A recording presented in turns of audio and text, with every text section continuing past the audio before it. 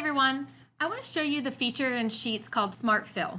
This allows you to separate data or add new columns of data from data you've already collected. So maybe you sent out a Google form to students and you collected information but realized afterwards that you should have asked something different. But luckily you have the data in front of you that you can kind of separate out and create these new columns. So for instance, if I want a first name column here because I actually collected it all in one question, but maybe now I want them separated.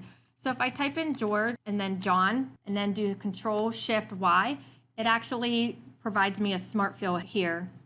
And it gives me a formula in there.